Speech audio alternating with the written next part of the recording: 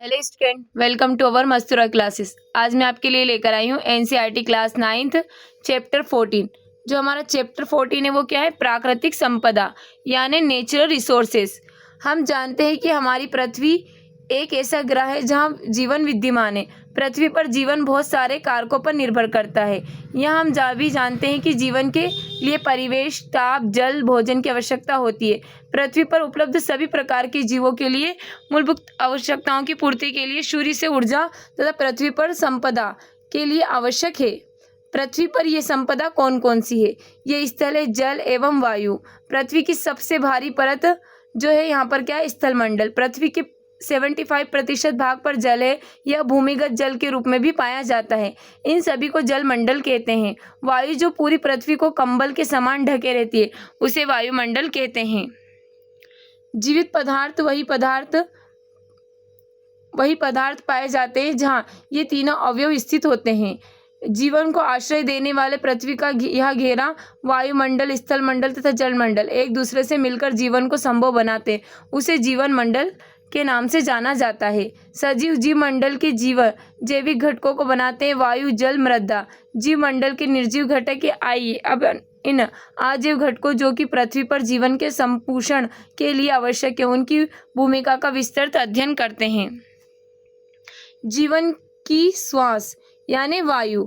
हम पहले अध्याय में वायु के घटकों के विषय में पढ़ चुके हैं।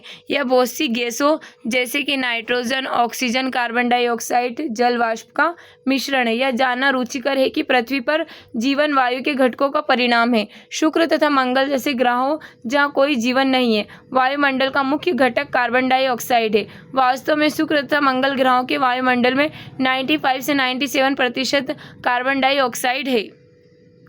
यूकेरियोटिक कोशिकाओं और बहुत सी प्रोकैरियोटिक कोशिकाओं को ग्लूकोज को अणुओं को तोड़ने तथा ऊर्जा प्राप्त करने के लिए ऑक्सीजन की आवश्यकता होती है, जैसा कि हम अध्याय 5 में पढ़ चुके हैं। इससे परिणाम स्वरूप कार्बन डाइऑक्साइड की उत्पत्ति होती है। दूसरी प्रक्रिया जिसके परिणाम स्वरूप ऑक्सीजन की खपत होती है और कार्बन डाइऑक्साइड का उत्पादन होता है, दहन क्रिया है। इसमें केवल मनुष्य के वे क्रियाकलाप ही नहीं आते जो प्राप्त करने के लिए ईंधन को जलाते, बल्कि जंगलों में लगी आग भी आती है। इसके अतिरिक्त हमारे वायुमंडल में कार्बन डाइऑक्साइड की मात्रा 1% का एक छोटा सा भाग है, क्योंकि कार्बन डाइऑक्साइड 2 विधियों से स्थिर होती है। हरे पेड़ों जो कि सूर्य की किरणों में उपस्थित कार्बन डाइऑक्साइड को ग्लूकोज में बदल देते हैं। बहुत से समुद्री जंतु समुद्री जल में घुले कार्बोनेट से अपने कवच बनाते हैं। जल वायु के नियंत्रण की वायुमंडल में भूमिका। हम जानते हैं कि वायुमंडल पृथ्वी को कंबल के समान ढके हुए हैं। हम जानते हैं कि वायु ऊष्मा का कुचालक है। वायुमंडल पृथ्वी के औसत तापमान को दिन के समय और यहाँ तक कि पूरे वर्ष भर लगभग नियत रखता है। वायुमंडल दिन में तापमान को अचानक बढ़ने से रोकता है और रात के समय ऊष्मा को बाहरी अंतरिक्ष में जाने की दर को कम करता है। चंद्रमा के बारे में सोचे, जो सूर्य से लगभग उतनी ही दूरी पर है जितना पृथ्वी। इसके बावजूद चंद्रमा की सतह जहाँ वायुमंडल नहीं है पर तापमान 190 डिग्री सेल्सियस है से और 110 डिग्री सेल्सियस के मध्य रहता है। क्रियाकलाप 14.1 निम्नलिखित का ताप मापिए। जैसे कि हम जल से भरा एक बीकर लेते हैं, मृदा या बालू से भरा एक बीकर और एक बंद बोतल लें जिसमें थर्मामीटर लगा हो। इन सभी को सूर्य के प्रकाश में 3 घंटे तक रख दें। अब तीनों बर्तनों के तापमान की माप करें। उसी समय छाया में भी तापमान को देखिए। अब उत्तर दें, 1 या 2 में से किसमें तापमान की मात्रा अधिक थी? प्राप्त निष्कर्ष के आधार पर कौन सबसे गर्म होगा, स्थल या फिर समुद्र? क्या छाया में वायु के तापमान बालू तथा जल के तापमान के समान होगा? आप इसके कारण के बारे में क्या सोचते हैं और तापमान को छाया में क्यों मापा जाता है? क्या बंद बोतल या शीशे के बर्तन में लिया गया हवा का तापमान खुले में लिया गया हवा का तापमान समान है? इसके कारण के बारे में क्या सोचते हैं आप या इस तरह की घटनाओं से अवगत होते हैं? जैसे कि हमने देखा, बालू तथा जल एक समान दर से गर्म नहीं होते। आप उनके ठंडा होने की दर के बारे में क्या सोचते हैं? क्या हम अपने अनुमान की सत्यता के लिए एक प्रयोग कर सकते हैं? वायु की गति या पौने। हम दिन भर की गर्मी के बाद शाम को बहने वाले ठंडे समीर से राहत महसूस करते। कभी कभी कई दिनों तक अधिक गर्म मौसम के पश्चात वर्षा होती है। वायु की गति का क्या कारण है और वे कौन से कारक है जो उन्हें कभी समीर, कभी तेज हवा या फिर कभी तूफान के रूप में गति प्रदान करता है? वर्षा का क्या कारण है? ये सभी प्रक्रिया हमारे वायुमंडल में हवा के गर्म होने, जल वाष्प के बनने का परिणाम है। जल वाष्प जीवित प्राणियों के क्रियाकलापों और जल के गर्म होने के कारण बनती है। स्थलीय भाग या जलीय भाग से होने वाले विकिरण के परावर्तन तथा पुनर्विकिरण के कारण वायुमंडल गर्म होता है। गर्म होने पर वायुमंडल में संवहन धाराएं उत्पन्न होती है। संवहन धाराओं की प्रकृति को जानने के लिए एक निम्नलिखित क्रियाकलाप करते हैं। क्रियाकलाप 14.2। एक मोमबत्ती को चौड़े मुंह वाली बोतल में या फिर बीकर में रखें, उसे जलाएं। एक अगरबत्ती को जलाएं, उसे बोतल के मुंह के समीप ले जाएं। जब अगरबत्ती को मुंह के किनारे पर ले जाया जाता है तब अवलोकन करें कि धुआं किस ओर जाता है। जब अगरबत्ती को मोमबत्ती के थोड़ा ऊपर रखा जाता है तब धुआं किस ओर जाता है। दूसरे भागों में जब अगरबत्ती को रखा जाता है तो धुआं किस ओर जाता है। जैसा कि हम यहाँ पर देख सकते हैं, वायु के आसमान तापन से वायु प्रवाह हम यहाँ पर देख सकते हैं। धुएं द्वारा अपनाया गया पैटर्न हमें बताता है कि किस दिशा में गर्म और ठंडी हवाएं बहती है। इसी प्रकार जब वायु स्थल और जल के विकिरण के कारण गर्म होती है तब यह ऊपर की ओर प्रवाह करती है। चूंकि जल की अपेक्षा स्थल जल्दी गर्म होता है, इसलिए स्थल के ऊपर की वायु जल के ऊपर की वायु की अपेक्षा तेजी से गर्म होगी। इसलिए अगर हम तटीय क्षेत्रों के दिन में देखते हैं तो पाते हैं कि स्थल के ऊपर की वायु तेजी से गर्म होकर ऊपर उठना शुरू करती है। जैसे ही यह वायु ऊपर की ओर उठती है, वहाँ कम दाब का क्षेत्रफल बन जाता है और समुद्र के ऊपर की वायु कम दाब वाले क्षेत्र की ओर प्रवाहित हो जाती है। एक क्षेत्र से दूसरे क्षेत्र वायु की गति पवनों का निर्माण करती है। दिन के समय हवा की दिशा समुद्र से स्थल की ओर होगी। रात के समय स्थल समुद्र दोनों ठंडे होने लगते हैं। चूंकि स्थल की अपेक्षा जल धीरे धीरे ठंडा होता है, इसलिए जल के ऊपर की वायु स्थल के ऊपर की वायु से गर्म होगी। ऊपर दी गई परिचर्चा के आधार पर निम्न विषय में क्या कह सकते हैं? तटीय क्षेत्रों पर कम तथा उच्च दाब के क्षेत्र में रात में प्रतीत होते हैं। तटीय क्षेत्रों में रात के समय वायु की दिशा क्या होगी? इसी प्रकार हवा की सभी गतियां विभिन्न वायुमंडलीय प्रक्रियाओं का परिणाम है जो पृथ्वी के वायुमंडल के असमान विधियों से गर्म होने के कारण होती है। लेकिन इन हवाओं को बहुत से अन्य कारक भी प्रभावित करते हैं, जैसे पृथ्वी के घूर्णन गति तथा पवन के मार्ग में आने वाली पर्वत श्रृंखलाएं। हम इन कारकों के बारे में इस अध्याय में विस्तार से अध्ययन नहीं करेंगे, लेकिन इसके बारे में सोचते हैं जैसे कैसे हिमालय की उपस्थिति से इलाहाबाद से उत्तर की ओर प्रवाहित होने वाली वायु की दिशा परिवर्तित हो जाती है। वर्षा। आइए हम इस प्रश्न पर विचार करें कि बादल कैसे बनते और वर्षा करते हैं। हम इसके लिए एक साधारण प्रयोग कर सकते हैं जिससे ज्ञात हो सके कि कुछ कारक जलवायु को कैसे प्रभावित करते हैं। जैसे कि हम यह क्रियाकलाप करके देखते हैं। एक पतले प्लास्टिक की बोतल है, इसमें 5 से 10 ml जल ले तथा बोतल को कसकर बंद करें। इसे अच्छी तरह हिलाएं तथा 10 मिनट तक धूप में रखें। इससे बोतल में मौजूद वायु जल वाष्प से संतृप्त हो जाती है। अब एक जली हुई अगरबत्ती ले बोतल के ढक्कन को खोलें और अगरबत्ती के धुएं की कुछ मात्रा को बोतल के अंदर जाने दें। पुनः बोतल को कसकर बंद कर दें। बोतल को अपने हथेलियों के बीच रखकर जितना जोर से हो सके दबाएं। कुछ समय तक प्रतीक्षा करें और बोतल को छोड़ दें। एक बार पुनः बोतल को आप जितना जोर से संभव हो सकता है दबाएं। अब उत्तर दें, आपने कब देखा था कि बोतल के अंदर स्थित हवा कोहरे की बात ही हो जाती है? यह कुहासा कब समाप्त होता है? बोतल के अंदर दाब कब अधिक होता है? कुहासा दिखाई देने की स्थिति में बोतल के अंदर का दाब कम या अधिक है? इस प्रयोग के लिए बोतल के भीतर धुएं की आवश्यकता क्यों है? क्या होगा जब आप इस प्रयोग को बिना अगरबत्ती के धुएं के करेंगे? आप ऐसे प्रयत्न करें और देखें कि परिकल्पना सही थी या गलत। बहुत छोटे स्तर पर उपरोक्त प्रयोग को दोहराएं। क्या होता है जब जल वाष्प से भरी हुई वायु उच्च दाब वाले क्षेत्र से कम वाले क्षेत्र में या इसके विपरीत प्रवाहित होती है? दिन के समय जब जलीय मार्ग गर्म हो जाते हैं तब बहुत बड़ी मात्रा में जल वाष्प बन जाती है और यह वाष्प वायु में प्रवाहित हो जाती है। जल वाष्प की कुछ मात्रा विभिन्न जैविक क्रियाओं के कारण वायुमंडल में चली जाती है। यह वायु भी गर्म हो जाती है। गर्म वायु अपने साथ जल वाष्प को लेकर ऊपर की ओर उठ जाती है। जैसे जैसे ही वायु ऊपर की ओर हो जाती है या फैलती है तथा ठंडी हो जाती है, ठंडा होने के कारण हवा में उपस्थित जल वाष्प छोटी छोटी जल की बूंदों के रूप में संघनित हो जाती है। जल का यह संघनन सहज होता है यदि कुछ कण नाभिक की तरह कार्य करके अपने चारों ओर बूंदों को जमा होने देते हैं। सामान्यतः वायु में उपस्थित धूल के कण तथा दूसरे निलंबित कण नाभिक के रूप में कार्य करते हैं। एक बार जब जल की बूंदें निर्मित हो जाती है तो वे संघनित होने के कारण बड़ी हो जाती है। जब ये बूंदें बड़ी और भारी हो जाती है तब ये वर्षा के रूप में नीचे की ओर गिरती है। कभी कभी जब वायु का तापमान काफी कम हो जाता है तब ये हिमवृष्टि अथवा ओले के रूप में अवक्षेपित हो जाती है। वर्षा का पैटर्न पवनों के पैटर्न पर निर्भर करता है। भारत के बहुत बड़े भूभाग में अधिकतर वर्षा दक्षिण पश्चिम या उत्तर पूर्वी मानसून के कारण होती है। हमने मौसम सूचनाओं में भी सुना है कि बंगाल की खाड़ी पर वायु का दबाव कम होने के कारण कई क्षेत्रों में हुई वर्षा। जैसे कि हम यहाँ पर देख सकते हैं, भारत पर आच्छादित बादलों का उपग्रहों द्वारा प्रदर्शित चित्र। क्रियाकलाप 14.4 पूरे देश में होने वाली वर्षा के पैटर्न के बारे में समाचार या टेलीविजन के माध्यम से मौसम सूचनाओं की जानकारी एकत्र करें या फिर पता लगाएं कि एक वर्षा मापक यंत्र कैसे बनाया जाता है और उसे बनाएं। वर्षा मापक यंत्र से सही डाटा प्राप्त करने के लिए कौन कौन से सुरक्षात्मक उपयोग करने आवश्यक है। हमने निम्नलिखित प्रश्नों के उत्तर दें।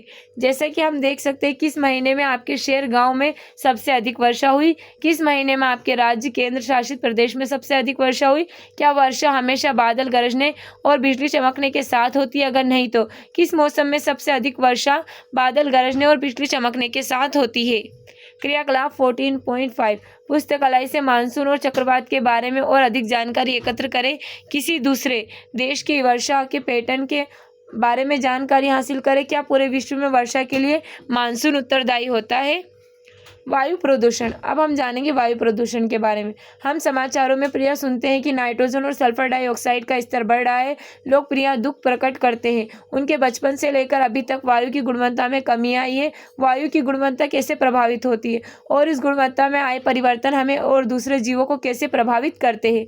जीवाश्म ईंधन जैसे कोयला, पेट्रोलियम पदार्थों में नाइट्रोजन और सल्फर की बहुत कम मात्रा होती है। जब ये ईंधन जलते हैं तब नाइट्रोजन और सल्फर भी इसके साथ जलते हैं तथा यह नाइट्रोजन और सल्फर के विभिन्न ऑक्साइड उत्पन्न करते हैं। इन गैसों का केवल सांस के रूप में लेना ही खतरनाक नहीं, बल्कि वर्षा के जल में मिलकर अम्लीय वर्षा भी करते हैं। जीवाश्म ईंधनों का दहन वायु में निलंबित कणों की मात्रा को भी बढ़ा देता है। ये निलंबित कण बिना जले कार्बन कण या पदार्थ हो सकते हैं, जिन्हें हाइड्रोकार्बन कहा जाता है। इन सभी प्रदूषकों की अधिक मात्रा में उपस्थित दृश्यता को कम करती है, विशेषकर सर्दी के मौसम में जब जल भी वायु के साथ संघनित होता है। इसे धूम कोहरा कहते हैं। जैसे कि हम यहाँ पर देख सकते हैं, ये क्या हमारा लाइकेन धूम कोहरा कहते हैं तथा ये वायु प्रदूषण की ओर संकेत करते हैं। अध्ययनों से पता चलता है कि इन पदार्थों वाली वायु में सांस लेने की कैंसर, हृदय रोग या एलर्जी जैसी बीमारियां होने की संभावनाएं अधिक हो जाती है। वायु में स्थित इन हानिकारक पदार्थों की वृद्धि को वायु प्रदूषण कहते हैं। क्रियाकलाप 14.6 लाइकेन नामक जीव वायु में उपस्थित सल्फर डाइऑक्साइड के स्तर के प्रति अधिक संवेदी होते हैं, जैसा कि अनुभाग 7.33 में बताया जा चुका है। ये प्रिय पेड़ों की छालों पर पतले हरे और सफेद रंग की परत के रूप में पाए जाते हैं। यदि आपके आसपास पेड़ों पर लाइकेन है तो उसे आप देख सकते हैं। व्यस्त सड़क के समीप पेड़ पर स्थित लाइकेन और कुछ दूरी पर स्थित पेड़ पर स्थित लाइकेन की तुलना करें।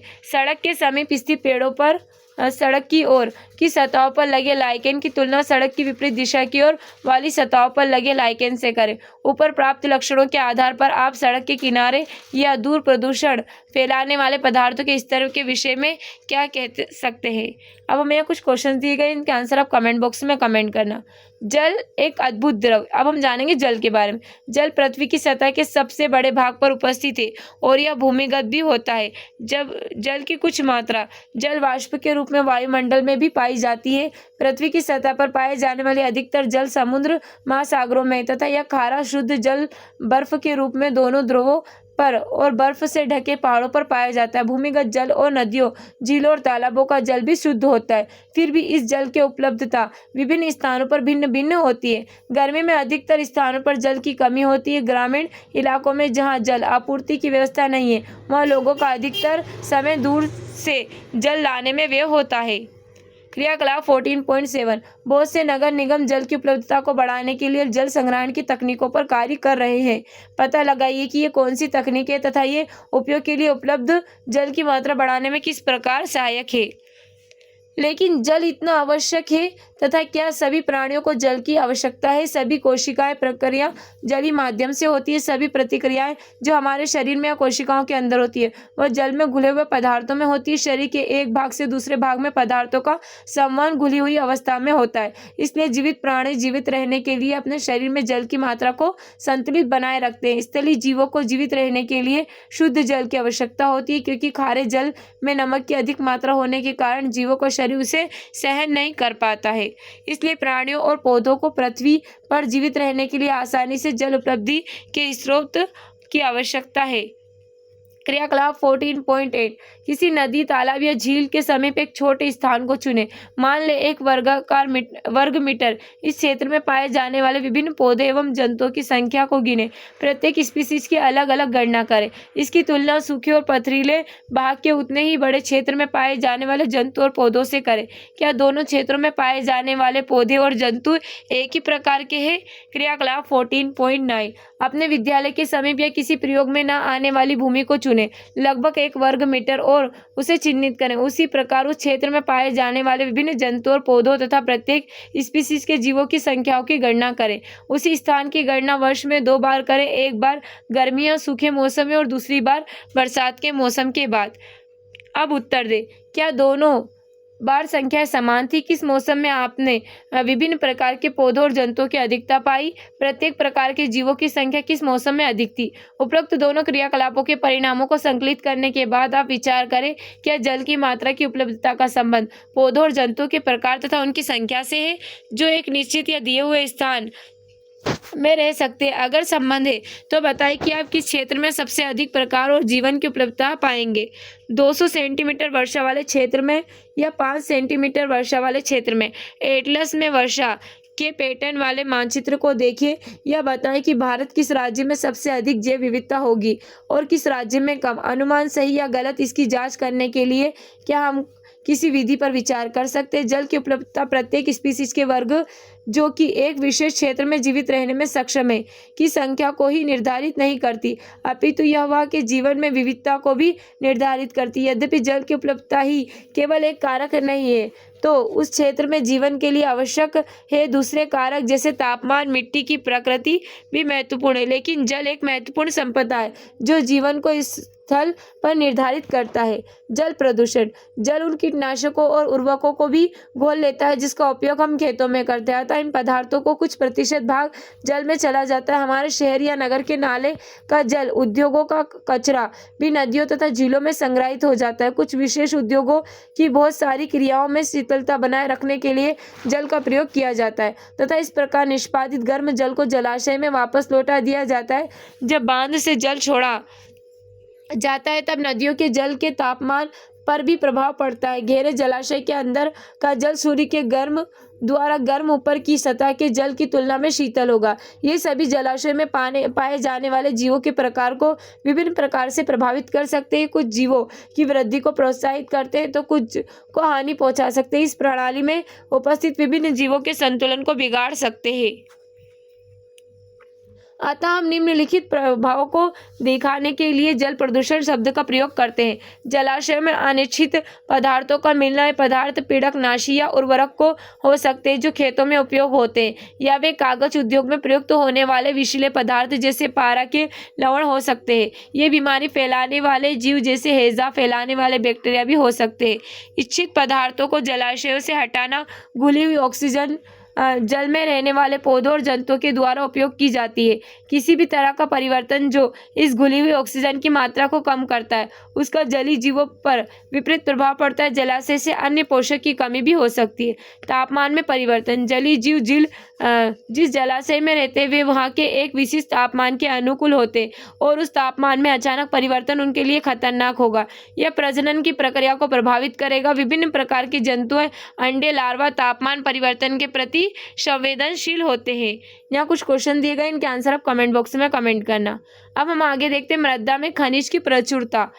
एक क्षेत्र में जीवन की विविधता को निर्धारित करने वाला एक महत्वपूर्ण संपदा मृदा है। लेकिन मृदा मिट्टी क्या है, यह कैसे बनती है? पृथ्वी की सबसे भारी परत को भूपृष्ठ कहा जाता है और इस परत में पाए जाने वाले खनिज जीवों को विभिन्न प्रकार के पालन पोषण करने वाले तत्व प्रदान करते हैं। लेकिन यदि ये खनिज बड़े पत्थरों के साथ संलग्न होते हैं तो ये जीवों के लिए उपलब्ध नहीं होंगे। हजारों लाखों वर्षों के लंबे समय अंतराल में पृथ्वी की सतह या उसके समीप पाए जाने वाले पत्थर विभिन्न प्रकार के भौतिक, रासायनिक और कुछ जैव प्रक्रमों के द्वारा टूट जाते। टूटने के बाद सबसे अंत में बचा महीन कण मृदा है। लेकिन कौन से कारक की प्रक्रियाएं हैं जिनसे मृदा बनती है? सूर्य दिन के समय पत्थर को गर्म कर देता है जिससे वे प्रसारित हो जाते हैं। रात के समय ये पत्थर ठंडे होते हैं और संकुचित हो जाते हैं क्योंकि पत्थर का प्रत्येक भाग आसमान रूप से प्रसारित तथा संकुचित होता है। ऐसा बार बार होने पर पत्थर में दरार आ जाती है तथा अंत में बड़े पत्थर टूटकर छोटे टुकड़ों में विभाजित हो जाते। जल में मृदा के निर्माण में दो प्रकार से सहायता करता है। पहला, सूर्य के ताप से बने पत्थरों की दरार में जल जा सकता है। यदि यह जल बाद में जम जाता है तो यह दरार को और अधिक चौड़ा करेगा। क्या आप सोच सकते हैं कि ऐसा क्यों होना चाहिए? दूसरा, बहता हुआ जल कठोर पत्थरों को भी तोड़ फोड़ देता है। तेज गति के साथ बहता हुआ जल फिर अपने साथ बड़े और छोटे पत्थरों को बाहर ले जाता है। ये पत्थर दूसरे पत्थरों के साथ टकराकर छोटे छोटे कणों में बदल जाते हैं। जल पत्थरों के इन कणों को अपने साथ ले जाता है और आगे निक्षेपित कर देता है। इस प्रकार मृदा अपने मूल पत्थर से काफी दूर वाले स्थान पर पाई जाती है। वायु, जिस प्रकार जल में पत्थर एक दूसरे से टकराने के कारण टूटते, उसी प्रकार तेज हवाएं भी पत्थरों को तोड़ देती है। वायु जल की ही तरह बालू को एक स्थान से दूसरे स्थान तक ले जाती है। जीव की मृदा के बनने की प्रक्रिया को प्रभावित करते हैं लाइकेन, जिसके बारे में हमने पहले पढ़ा है। पत्थरों की सतह पर भी उगते इस क्रम में वे एक पदार्थ छोड़ते हैं जो पत्थर की सतह को चूर्ण के समान कर देता है और मृदा की एक पतली परत का निर्माण करता है। अब इस तरह का मोस जैसे दूसरे छोटे पौधे उगने में सक्षम होते हैं और ये पत्थर को अधिक तोड़ते हैं। बड़े पेड़ों की मूलें कभी कभी पत्थरों में बनी दरारों में चली जाती है और ये दरार को चौड़ा कर देती है। क्रियाकलाप 14.10। कुछ मृदा ले तथा उसे जल से भरे बीकर में डाल दे। ली गई मृदा की मात्रा के लगभग 5 गुना जल होना चाहिए। मृदा और जल को मिलाएं और फिर मृदा को नीचे जमा होने के कुछ समय पश्चात अवलोकन करें। क्या बीकर के जल में मृदा समांगी या परतों में विभाजित है? अगर परतों का निर्माण हुआ तो किस प्रकार एक परत दूसरे से भिन्न है? क्या वह जल की सतह पर कुछ तैर रहा है? क्या आप सोच सकते हैं कि कुछ पदार्थ जल में घुले हुए होंगे? आप इसे कैसे रोकेंगे? जैसा कि आपने देखा, मृदा एक मिश्रण है। इसमें विभिन्न आकार के छोटे छोटे टुकड़े मिले होते हैं। इसमें सड़े गले जीवों के टुकड़े भी मिले होते हैं जिसे ह्यूमस कहा जाता है। इसके अतिरिक्त मिट्टी में विभिन्न प्रकार के सूक्ष्मजीव भी मिले होते हैं। मृदा के प्रकार का निर्णय उसमें पाए जाने वाले कणों के औसत आकार द्वारा निर्धारित किया जाता है। मृदा के गुण को उसमें स्थित ह्यूमस की मात्रा और पाए जाने वाले सूक्ष्मजीवों के आधार पर किया जाता है। मृदा की संरचना का मुख्य कारक ह्यूमस है क्योंकि यह मृदा के संरंध्र बनाता है और वायु तथा जल को भूमि के अंदर जाने में सहायक होता है। खनिज पोषक तत्व को जो उस मृदा में पाए जाते हैं वह उन पत्थरों पर निर्भर करते जिससे मृदा बनती है।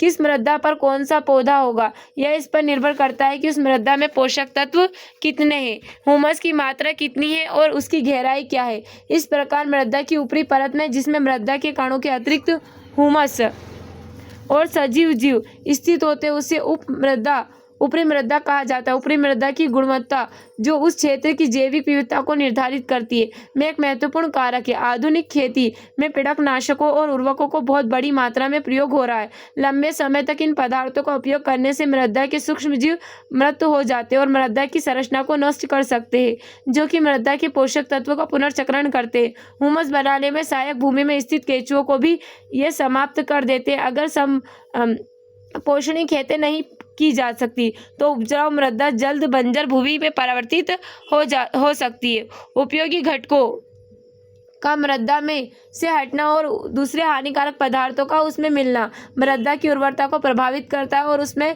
स्थित जैविक विविधता को नष्ट कर देता है। इसे भूमि प्रदूषण कहते हैं। मृदा जिसे हम आज के स्थान पर देखते हैं वह लंबे समय अंतराल के पश्चात निर्मित हुई है। यद्यपि कुछ मृदा को एक स्थान पर निर्मित करने वाले कुछ कारक इसको किसी दूसरे स्थान पर स्थानांतरित करने के लिए भी उत्तरदायी हो सकते। मृदा के महीन कण प्रवाहित वायु जल के साथ भी स्थानांतरित हो सकते हैं। मृदा के समस्त कणों के स्थानांतरित हो जाने पर कठोर पत्थर बाहर आ जाता है। इस प्रक्रिया में एक महत्वपूर्ण संपदा की हानि हो जाती है क्योंकि पत्थर पर उर्वरता नगण्य होती है। क्रियाकलाप 14.11 एक ही तरह की 2 ट्रे ले और उन्हें मृदा से भर दे। एक ट्रे में सरसों या मूंग अथवा धान या हरे चने का पौधा रोप दे और दोनों ट्रे में तब तक जल दे जब तक कि ट्रे में पौधा रोपा गया है वह पौधे की वृद्धि से ढक नहीं जाए। यह सुनिश्चित करें कि दोनों ट्रे एक ही कोण पर झुके हो। दोनों ट्रे समान मात्रा में जल इस तरह से डालें कि जल बाहर की ओर निकल जाए। ट्रे से बाहर जाने वाली मृदा की मात्रा का अध्ययन करें। क्या बहने वाली मृदा की मात्रा दोनों ट्रे में समान है? अब कुछ ऊंचाई के 2 से दोनों ट्रे में समान मात्रा में जल डालें। जितना आपने जल डाला उतनी ही मात्रा में जल 3 से 4 बार डालें। अब मृदा की मात्रा का अध्ययन करें जो कि ट्रे से बाहर चली गई। क्या दोनों ट्रे में से मृदा की समान मात्रा बाहर गई है? जैसा कि हम देख सकते हैं यहाँ पर ये जल डालते हुए तो क्या हो रहा है यहाँ पर बहते जल का ऊपरी मृदा सतह की मृदा पर प्रभाव। पौधों की जड़ें मृदा के अपरदन को रोकने में महत्वपूर्ण भूमिका निभाती है। बड़े स्तर पर जंगलों का कटना जो कि पूरे विश्व में हो रहा है न केवल जैविक विविधता को नष्ट कर रहा है बल्कि मृदा के अपरदन के लिए भी उत्तरदायी है। वनस्पति के लिए सहायक ऊपरी मृदा अपरदन की प्रक्रिया में तीव्रता से हट सकती है। यह पहाड़ी और पर्वतों वाले भागों में त्वरित गति से होता है। मृदा के अपरदन की इस क्रिया मृदा अपरदन को रोकना बहुत कठिन है। सतह पर पाए जाने वाली वनस्पति जल को परतों के अंदर जाने में महत्वपूर्ण भूमिका निभाती है। अब हमें यहाँ कुछ क्वेश्चन दिए गए इनके आंसर आप कमेंट बॉक्स में कमेंट करना। जैव रासायनिक चक्रण जीवन मंडल के जैविक और अजैविक घटकों के बीच का सामंजस्य जीवन को गतिशील और स्थिर बनाता है। इस सामंजस्य के द्वारा जीवन मंडल के विभिन्न घटकों के बीच पदार्थ और ऊर्जा का स्थानांतरण होता है। आइए देखते हैं कि कौन कौन सी क्रियाएं हैं जो संतुलन को बनाए रखती है। हम देखते हैं जलीय चक्र। आपने देखा है कि जलाशयों से जल के वाष्पीकरण और विभिन्न फिर संघनन के बाद वर्षा कैसे होती है, लेकिन हमने समुद्र महासागरों और सूखते हुए को नहीं देखा है। तो इस प्रकार जल इन जलाशय में वापस आता है पूरी प्रक्रिया को जिसके द्वारा जल जलवाष्प बनता है और वर्षा के रूप में सतह पर गिरता है और फिर नदियों द्वारा समुद्र में पहुंच जाता है। जलीय चक्र कहलाता है। यह चक्र उतना आसान और सरल नहीं है जैसा कि वक्तव्य से प्रतीत होता है। वह सारा जल जो पृथ्वी पर गिरता है तुरंत समुद्र में नहीं चला जाता है। इनमें से कुछ मृदा के अंदर चला जाता है और कुछ भूजल का हिस्सा बन जाता है। कुछ भूजल झरनों के द्वारा सतह पर आ जाता है। यहाँ हम इसे अपने व्यवहार के लिए कूपों और नलकूपों की मदद से सतह पर लाते हैं। जीवन की विभिन्न प्रक्रियाओं में स्थलीय जीव जंतु और पौधे जल का उपयोग करते हैं। जैसा कि हम यहाँ पर देख सकते हैं प्रकृति में जलीय चक्र तो कैसे होता है यहाँ पर ये देखते हैं हम। ये भूजल है, यहाँ पर से पहले क्या हो रहा है वाष्पोत्सर्जन हो रहा है और श्वसन, तो फिर उसके बाद में क्या होता है वाष्पीकरण होकर के ये हमको फिर जल वापिस हमारी वर्षा के रूप में हमको सतह पर मिल जाता है। आइए जलीय चक्र में जल का क्या होता है कि अन्य पहलू पर विचार करते हैं। जैसा कि आप जानते हैं कि जल बहुत से पदार्थों को घुलाने में सक्षम है। घुलने वाले खनिजों से होकर जब जल गुजरता है तब इनमें से कुछ खनिज जल में घुल जाते हैं। इस प्रकार नदी बहुत से पोषक तत्वों को सतह से समुद्र में ले जाती है और इनका उपयोग समुद्री जीव जंतुओं द्वारा किया जाता है। नाइट्रोजन चक्र हमारे वायुमंडल का 78% भाग नाइट्रोजन गैस है। यह गैस को जीवन के लिए आवश्यक बहुत सारे अणुओं का भाग है जैसे प्रोटीन, न्यूक्लिक अम्ल, डीएनए और आरएनए तथा कुछ विटामिन। नाइट्रोजन जैसे कि हम यहाँ पर देख सकते हैं वायु एक प्रकृति में नाइट्रोजन चक्र कैसे चलता है तो यहाँ पर ये हमें बता रहा है सब। हम सबसे पहले हम यहाँ पर देखते हैं वायुमंडलीय और औद्योगिक स्थिरीकरण। यहाँ पर क्या होता है नाइट्रिफिकेशंस नाइट्रेट और फिर यहाँ पर डिनाइट्रिफिकेशंस और फिर वायुमंडल में नाइट्रोजन, फिर ऐसे ही ये पूरा चक्र चलता रहता है। हरे पौधों से जीव जो जंतु रहते हैं उनसे मिलता है फिर यहाँ पर और ये फिर अमोनियाकरण होता है, फिर इसका अमोनिया और फिर ये नाइट्रस में परिवर्तित होता है, फिर नाइट्रेटस में होता है और ऐसे फिर ये वापस आकर हरे पौधों में परिवर्तित हो जाता है। तो इस तरीके से नाइट्रोजन चक्र चलता रहता है। दूसरे जैविक यौगिकों में भी पाया जाता है जैसे एल्केलाइड्स तथा यूरिया। इसलिए नाइट्रोजन सभी प्रकार के जीवों के लिए एक आवश्यक पोषक है। सभी जीव रूपों द्वारा वायुमंडल में उपस्थित नाइट्रोजन के इसके प्रत्यक्ष उपयोग से जीवन सरल हो जाएगा। यद्यपि कुछ प्रकार के बैक्टीरिया को छोड़कर दूसरे जीव रूप निष्क्रिय नाइट्रोजन परमाणु को नाइट्रस तथा नाइट्राइटस जैसे दूसरे आवश्यक अणु में बदलने में सक्षम नहीं है। नाइट्रोजन स्थिरीकरण करने वाले ये बैक्टीरिया या तो स्वतंत्र रूप से रहते या द्विबीजपत्री पौधों की कुछ स्पीशीज के साथ पाए जाते हैं। साधारणतः ये नाइट्रोजन को स्थिर करने वाले बैक्टीरिया फलीदार पौधों की जड़ों में एक विशेष प्रकार की संरचना मूल ग्रंथि में पाए जाते हैं। इन बैक्टीरियाओं के अलावा नाइट्रोजन परमाणु नाइट्रेटस नाइट्राइटस में भौतिक क्रियाओं के द्वारा बदलते बिजली चमकने के समय वायु में पैदा हुआ उच्च ताप तथा दाब नाइट्रोजन के ऑक्साइड में बदल देता है। ये ऑक्साइड जल में घुलकर नाइट्रिक तथा नाइट्रस अम्ल बनाते हैं और वर्षा के साथ भूमि की सतह पर गिरते हैं। तब इसका उपयोग विभिन्न जीव रूपों द्वारा किया जाता है। नाइट्रोजन संयोजी अणु बनाने में प्रयुक्त होने वाले रूपों के निर्माण के पश्चात नाइट्रोजन का क्या होता है? सामान्यतः पौधे नाइट्रेटस और नाइट्राइटस को ग्रहण करते हैं तथा उन्हें अमीनो अम्ल में बदल देते हैं, जिनका उपयोग प्रोटीन बनाने में होता है। कुछ दूसरे जैव रासायनिक विकल्प हैं जिनका प्रयोग नाइट्रोजन वाले दूसरे जटिल यौगिकों को बनाने में होता है। इन प्रोटीन और दूसरे जटिल यौगिकों का प्रयोग जंतुओं द्वारा किया जाता है। जब जंतु या पौधे की मृत्यु हो जाती है तो मिट्टी मौजूद अन्य बैक्टीरिया विभिन्न यौगिकों में स्थित नाइट्रोजन नाइट्रेटस या नाइट्राइटस में बदल देते हैं तथा अन्य तरह के बैक्टीरिया इन नाइट्रेटस के नाइट्राइटस को नाइट्रोजन तत्व में बदल देते हैं। इसी प्रकार प्रकृति में अनेक नाइट्रोजन चक्र होता है जिसमें नाइट्रोजन वायुमंडल में अपने मूल रूप से गुजरता हुआ मृदा और जल में साधारण परमाणु के रूप में बदलता है तथा जीवित प्रणालियों में और अधिक जटिल यौगिक के रूप में बदल जाता है। फिर ये साधारण परमाणु के रूप में वायुमंडल में वापस आ जाता है। अब हम देखते हैं कार्बन चक्र। कार्बन पृथ्वी पर बहुत सारी अवस्थाओं में पाया जाता है। यह अपने मूल रूप में हीरा और ग्रेफाइट में पाया जाता है। यौगिक के रूप में यह वायुमंडल में कार्बन डाइऑक्साइड के रूप में विभिन्न प्रकार के खनिजों में कार्बोनेट और हाइड्रोजन कार्बोनेट के रूप में पाया जाता है, जबकि सभी जीव रूप कार्बन आधारित अणुओं जैसे प्रोटीन कार्बोहाइड्रेट्स वसा न्यूक्लिक अम्ल विटामिन पर आधारित होते हैं। बहुत सारे जंतुओं के बाहरी और भीतरी कंकाल भी कार्बोनेट लवणों से बने होते हैं। प्रकाश संश्लेषण की क्रिया जो सूर्य की उपस्थिति में उन सभी पौधों में होती है जिनमें कि क्लोरोफिल होता है। इस मूल क्रिया द्वारा कार्बन जीवन के विभिन्न प्रकारों में समाविष्ट होता है। यह प्रक्रिया वायुमंडल में या जल में घुले कार्बन डाइऑक्साइड को ग्लूकोज अणु में बदल देती है। ये ग्लूकोज अणु या तो दूसरे पदार्थों में बदल दिए जाते हैं या ये दूसरे, जैसा कि हम यहाँ पर देख सकते हैं प्रकृति में कार्बन चक्र कैसे चलता है। तो ये क्या अकार्बनिक कार्बोनेट हमको यहाँ से प्राप्त होता है पेट्रोलियम। सबसे पहला कार्बनिक यौगिक और उसका पादप। तो वायुमंडल में क्या होता है CO2 होता है और फिर ये क्या करता है कार्बनिक यौगिक बनाता है, फिर ये वापस यहाँ पर और ऐसे करके चक्र चलता रहता है। पानी में कार्बोनेट तो ये क्या होता है चूना और पत्थर। कार्बनिक यौगिक जंतु तो इससे क्या होता है पेट्रोलियम और अकार्बनिक कार्बोनेट या फिर सल्फर हमको प्राप्त होता है। तो ऐसे प्रकृति में कार्बन चक्र चलता रहता है। अब हम आगे देख रहे हैं या तो ये दूसरे जैविक रूप से महत्वपूर्ण अणु के संश्लेषण के लिए ऊर्जा प्रदान करते जीवित प्राणियों को ऊर्जा प्रदान करने की प्रक्रिया में ग्लूकोज का उपयोग होता है। श्वसन की क्रिया द्वारा ग्लूकोज को कार्बन डाइऑक्साइड में बदलने की क्रिया ऑक्सीजन का प्रयोग भी हो सकता है और नहीं भी। यह कार्बन डाइऑक्साइड वायुमंडल में वापस चली जाती है। दहन की क्रिया जहाँ ईंधन का उपयोग खाना पकाने, गर्म करने, यातायात और उद्योगों में होता है के द्वारा वायुमंडल में कार्बन डाइऑक्साइड का प्रवेश होता है। वास्तव में जब से ये औद्योगिक क्रांति हुई है और मानव ने बहुत बड़े पैमाने पर जीवाश्म ईंधनों को जलाना शुरू किया है, तब से ये वायुमंडल में कार्बन डाइऑक्साइड की मात्रा दुगनी हो गई है। जल की तरह कार्बन का विभिन्न भौतिक एवं जैविक क्रियाओं के द्वारा पुनर्चक्रण होता है। ग्रीन हाउस प्रभाव। हम देखते हैं ग्रीन हाउस प्रभाव क्रियाकलाप 14.1 में किए गए अवलोकनों का स्मरण कीजिए। शीशे द्वारा ऊष्मा को रोक लेने के कारण शीशे के अंदर का तापमान बाहर के तापमान से काफी अधिक हो जाता है। ठंडे मौसमों में उष्णकटिबंधीय पौधों को गर्म रखने के लिए आवरण बनाने की प्रक्रिया में इस अवधारणा का उपयोग किया जा गया है। इस प्रकार के आवरण को ग्रीन हाउस कहते हैं। वायुमंडलीय प्रक्रियाओं में ग्रीन हाउस होता है। कुछ गैसें पृथ्वी से ऊष्मा को पृथ्वी के वायुमंडल के बाहर जाने से रोकती है। वायुमंडल में विद्यमान इस प्रकार की गैसों में वृद्धि संसार के औसत तापमान को बढ़ा सकती है। इस प्रकार के प्रभाव को ग्रीन हाउस प्रभाव कहते हैं। कार्बन डाइऑक्साइड भी एक इसी प्रकार का ग्रीन हाउस गैस है।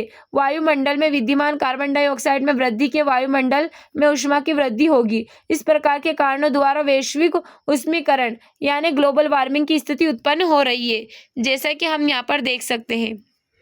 क्रियाकलाप 14.12 वैश्विक उष्मीकरण के क्या परिणाम हो सकते हैं? कुछ अन्य ग्रीन हाउस गैसों के नामों का भी पता लगाएं।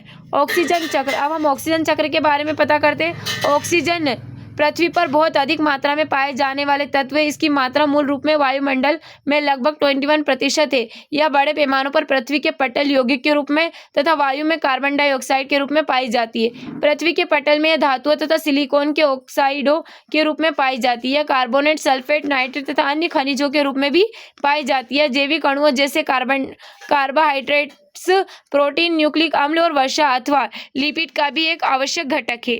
लेकिन जब ऑक्सीजन चक्र के बारे में बात करते हैं तब यह मुख्यतः उस चक्र को निर्देशित करती है जो ऑक्सीजन की मात्रा को वायुमंडल में संतुलित बनाए रखता है। वायुमंडल से ऑक्सीजन का उपयोग, जैसे कि हम देखते हैं यहाँ पर प्रकृति में ऑक्सीजन चक्र, वायुमंडलीय ऑक्सीजन O2, और फिर इससे क्या होता है श्वसन, और फिर H2 और प्रकाश संश्लेषण, और फिर ये वायुमंडल ऑक्सीजन। फिर हम देखते हैं कार्बनिक अणु, फिर क्या होता है श्वसन, CO2 और प्रकाश संश्लेषण, और फिर कार्बनिक अणु बनता है। तो ये प्रकृति में ऑक्सीजन चक्र चलता रहता है।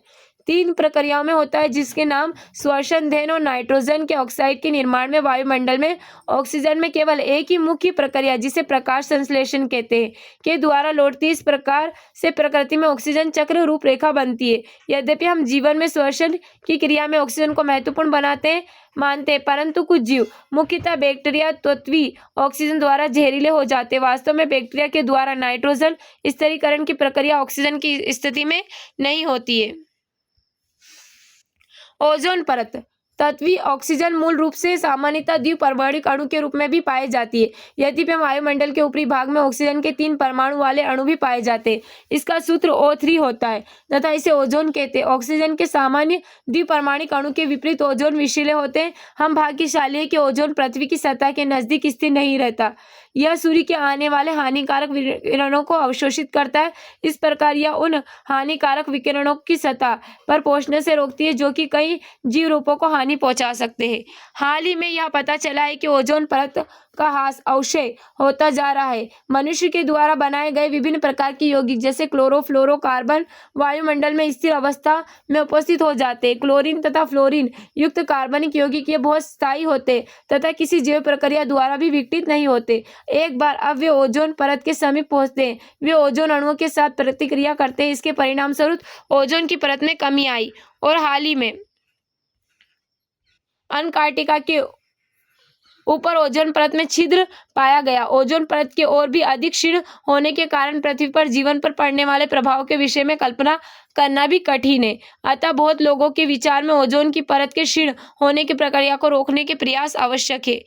अक्टूबर 1980, अक्टूबर 1985 और अक्टूबर 1990 अंटार्कटिका के ऊपर ओजोन की परत में छिद्र मैजेंटा रंग को दिखते उपग्रह चित्र। क्रियाकलाप 14.13 यह पता लगाएं कि और कौन से अणु हैं जो ओजोन परत को हानि पहुंचाते हैं। समाचार पत्रों में प्रिया ओजोन परत में होने वाले छिद्र की चर्चा कीजिए। यह पता लगाएं कि क्या छिद्र में कोई परिवर्तन हो रहा है। वैज्ञानिक क्या सोचते हैं कि यह किस प्रकार की पृथ्वी पर जीवन को प्रभावित करेगा। जैसे कि हम आगे यहाँ देखते हैं, कुछ क्वेश्चन दिए गए, इनके आंसर आप कमेंट बॉक्स में कमेंट करना। अब हम देखते हैं हमने इस चैप्टर में क्या सीखा। पृथ्वी पर जीवन मृदा, वायु, जल तथा सूर्य से प्राप्त ऊर्जा जैसी संपदाओं पर निर्भर करता है।